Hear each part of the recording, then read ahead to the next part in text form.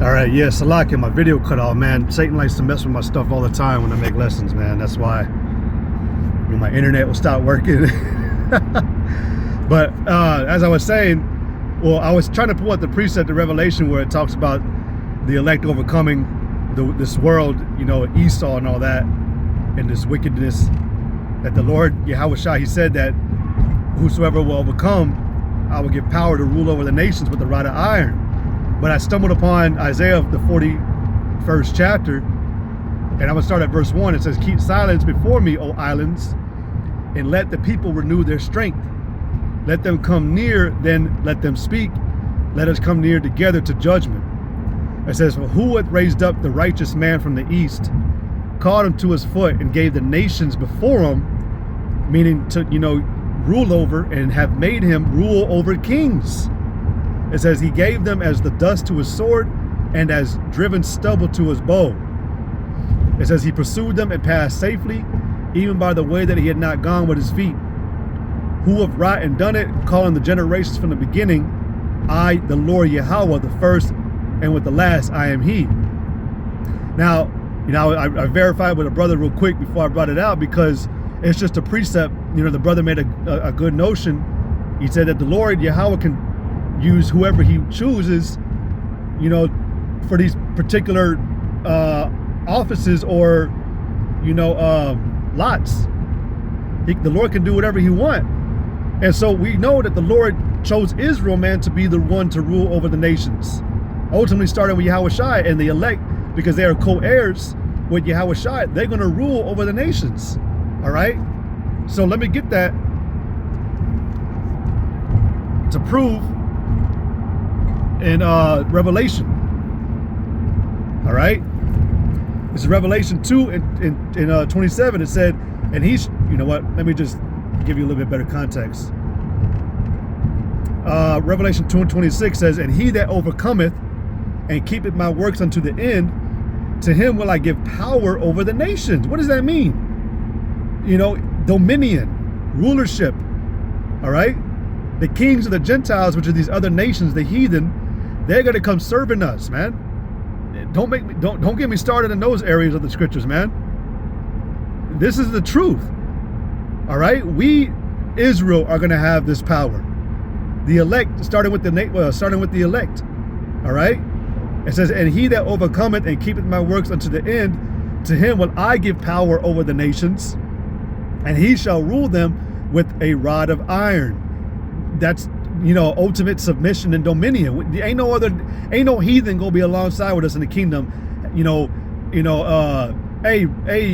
Friend king and friend king too, let's go out and have a good time today and explore. Nah, fuck that, man. Israel's gonna be on a totally different plane and status in the kingdom. You're gonna have these particular kings over the other nations, but they're gonna be subject to us. All right, they're gonna be under us. We're gonna have total dominion over the creation again, as we were created to have. All right. Part of the glory that Yahushua spoke about in the beginning, man, was having that's part of the original glory. All right. So Deuteronomy, the ultimate, last precept I want to, back everything up, man. At the end of the day, the heathen are liars. The lies being taught on this earth, the ideologies, theologies, philosophies, doctrines, they're all lies. You got one truth, and the truth is that salvation is for Israel only. All right? It's Deuteronomy 33 and verse 28. It says, you know what? Let me start at verse 27. It says, "The eternal God is thy refuge." All right? "And underneath are the everlasting arms. And he shall thrust out the enemy from before thee." The scriptures talk about a sifting of Israel, man. The Lord's going to take the elect out from among where they've been scattered among all the other nations. Because you have Israelites that live in Ethiopia, Egypt, Asia, Japan, China, Russia, London, Paris, the city, Azerbaijan, Afghanistan, Baghdad, Iraq, Iran. All right, you got Israelites scattered all over the planet. doesn't mean that those are heathen, man. All right. But it said he shall thrust out the enemy from before thee, and shall destroy them. Israel then shall dwell alone. All right. Israel then shall dwell in safety alone. The fountain of Jacob shall be upon a land of corn and wine. Also his heavens shall drop down dew. Only Israel shall dwell in safety alone. Doesn't mention any other nation right there. All right.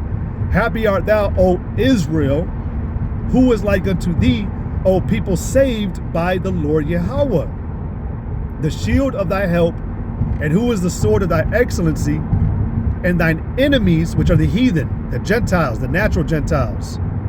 All right. It says, and thine enemies shall be found liars unto thee, and thou shalt tread upon their high places. So we're gonna, again, that emphasizing that rulership, that dominion over the other nations, the ruling. Israel, this is our power, this is our thing, man. The claim and statement of the people that have salvation belongs to Israel and only Israel. All right. So with that, Lord willing, this lesson was edifying. I want to give all glory, praise, and honor to Yahweh, Ba'ashem Yahushai, Ba'ashem Rakakwadash. Double honor to the apostles and elders of Great Millstone, which rule well. And peace and much love to the elect of the nation of Israel. All right. Once again, Yahweh, Ba'ashem Yahushai, Barakathon. All right. Hey, Kwam Yashala, Shalom. The water for tuning in, Shalom.